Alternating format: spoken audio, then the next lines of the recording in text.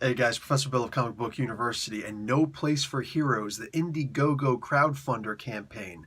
Now this is going to be the Zone Comics, and you can go and check them out on Indiegogo, Zone Comics, No Place for Heroes, the comic book universe. They've got 3 comic books up, and we're going to be talking a little bit about them right now. So I got the previews. Actually, I got the first issues of all 3 of those comic books. Not too shabby, not too shabby. I got some gripes and I got some compliments. So let's get into them. Full Blaze issue number 1 is the first one. Story by Diogo Main and Joa Era. Now these guys are out of Portugal. My Portuguese is non-existent. I know no Portuguese whatsoever. In fact, of all the places I've visited, I haven't actually been to Portugal yet. Hugely disappointing. Script, Joa Era, sketches, Diogo Main, and inks, Filipa Bento. Filipa is actually the person I've been in contact with about this Indiegogo campaign. Colors, Diogo Main and Mariah Ferreira. Lettering, Diogo Main, and editor, Diogo Main. Now, I've been seeing a lot of Diogo Main, not just in this, but in other comics also. Diogo seems to be the main person in charge of everything here, like the chief creative control. That's awesome. I am going to make one complaint. Diogo should not be editing this stuff. Bottom line, hands down, done and done, no. That's a big fat no. In the writing world, in the art world, whatever, you never edit your own stuff. You can do the pre-editing, but you never do the final editing. Absolutely not. We always check our work, but we're not going to be we need to have that second eye on this. So if I had one major complaint about this whole thing, it's that. And any other minor complaint that I'll have, I have to put the blame on Diogo. You don't become the final editor of your own stuff. I don't care if you own the company. I don't care about any of that. So, talking about Full Blaze issue number 1. The year is Z009. Now, this is actually the earliest of the stories. The other 2 stories also have something in the Z era. So, these are not necessarily humans, or this is absolutely not Earth as we know it. This is something entirely different. And I dig that. There is no need to be held accountable to anything that happened in the past. If you're going to have everything, all 3 of these comics in different worlds. I noticed one of them is in Z016. I think the other one is in Z014, but this one is Z009. So I like that they're all kind of in the same time frame, but they're apparently in different worlds. So this first one, we got this kid Xander, who I was thinking is going to be the main character. Might very well not be. He might be the co-main character. He might wind up dying in the next issue, but he's okay in this issue. Anyway, he's piloting this ship. His captain calls, so it's a pretty big airship. It's actually a prison transport ship. They're delivering what may very well be a very dangerous criminal, a very powerful person, and it looks like Two-Face a little bit. Like half his face looks like sawed off and burnt off and whatnot. Flying the ship, the captain calls over to him, Xander, hey, I need you to call somebody else over. What was the name of this? Sarah. Call Sarah to come in and help out. Sarah, in the meantime, is beating up on some being. Talking about beating up on some god or something like that, the prisoner in and of herself. She's got this gigantic battle axe on her. She's obviously going to be the main fighter, like the melee combatant, and she's tough as nails. Later on in the comic book, there's a big incident that happens. They're thinking that it's a storm they got to navigate. As it turns out, it's not. Rather, what it is it's a rescue attempt. So these other people who seem to be bad guys are trying to rescue this main dude. I don't remember what this guy's name is. I'm looking for it really quick. Whatever. Anyway, we don't get a whole lot of names here. More than that, we don't even get a whole lot of an origin in here, but there are attempts at origin stories. That's interesting. It was a nice try, but not quite what I was looking for. We're going to switch over to Warper really quick. The story here is a guy who is capable of teleporting, basically. And he's got a... This is actually really cool. They show off his powers in a really interesting way. He jumps off the edge of a ship and starts whipping his knife as hard as he possibly can, as far as he possibly can. And then he'll teleport over there, and he'll catch the knife. The art in this is fantastic, all right?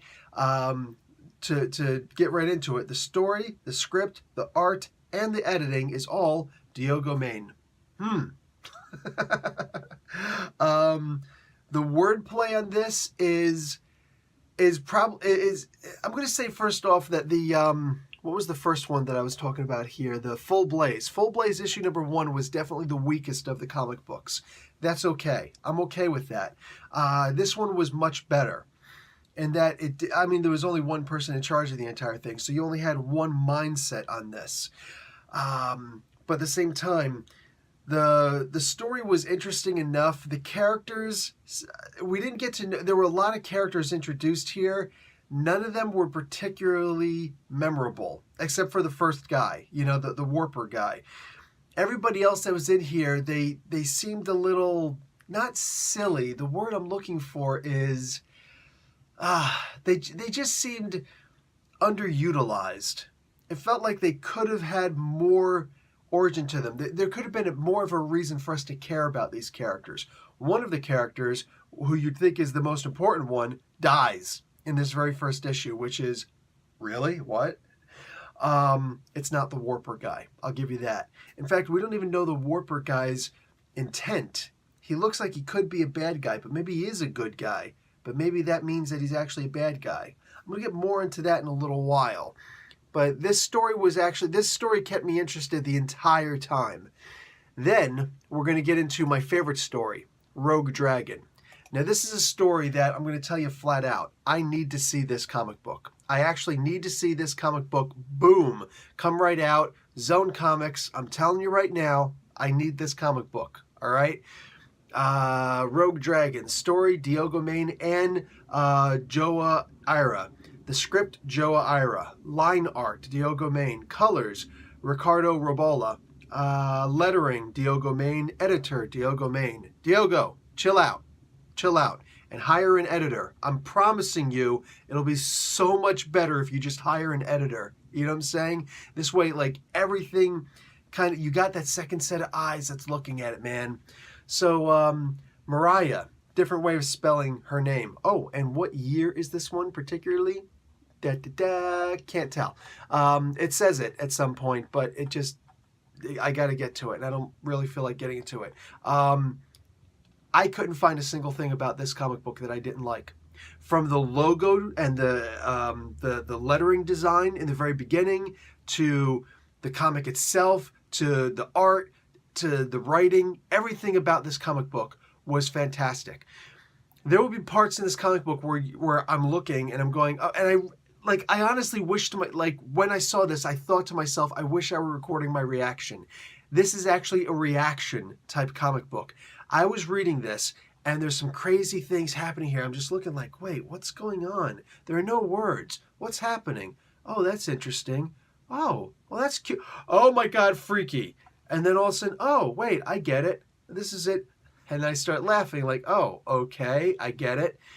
And then there's one thing to read. Okay, basically, it's a dream. She's having a dream, and then it turns into a nightmare. And then she's woken up. Her father throws a bucket of water on her. Now, all of that was like, oh, okay, so I get it. Finally, I get it. And then I read the bucket. Yes, there's words on the bucket. And I broke out laughing. Another scene like that happens much later in the comic book, where I read the bucket, and I just started laughing. Not quite as much as the first time, but nonetheless. This comic book plays with your emotions. It's meant, obviously, it's clearly trying to get you on a bit of a roller coaster, all right, for the emotions. This story sucked me in. Rogue Dragon, man, oh my God. It sucked me right into the story. I felt like I was right there. I cared about the main character. I cared about her so much. She is we don't get to see any real powers yet, or do we? You know, but there's this mythology around her, and her life is horrible, and this just really feels like a hero's journey, sort of a comic book. And honestly, I think I'm actually kind of mad at these guys at Zone Comics for not sending me issue 2 also. Because, wow, I really want to see this in a physical comic book in my comic book store. Look, Full Blaze needs some work. Warper looks pretty good. I'm interested in seeing what happens next. But Rogue Dragon, this is ready for the printers. Like, oh my God, this needs to be in my comic book store. I can't wait to see more of that. So what I'm going to recommend is go and check out the Indiegogo campaign for No Place for Heroes, the comic book universe. All right? There's actually something fairly important here. Each one of these, they give you this, what is this thing at the back? Hero, villain, you've probably heard the 2 words your whole life. The good, the evil, and all that good stuff. Basically, what may look like light, there's going to be some darkness in there, and vice versa. So, the main thing that Diogo Main, of all people, it seems, that all of these people are trying to emphasize in these comic books is there is no simple good guy. There is no simple bad guy. Every hero has his or her flaw. Every villain has some redeeming quality. There is no black and white in this. That right there is what I'm really looking for in the comic books. You know what I'm saying? Of course, we all love our Captain Americas and our Spider-Mans and our Supermen and all that stuff. And we enjoy watching their hero's journey and watching the characters progress and solve, problems and be the heroes that we want to be ourselves. This feels a little bit more realistic in the sense that there is no set good or bad. It seems to be more about survival. And the fact that none of this is taking place on what we know as Earth, it seems that way at least, and in like a completely different time frame, the year Z009 and so on and so forth. That's really cool. I'm digging that. So there's a lot here to unpack. There really is.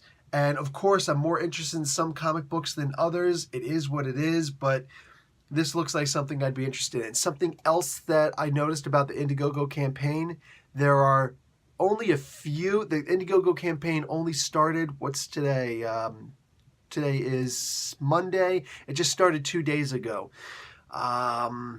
There's not a whole lot of what is it called?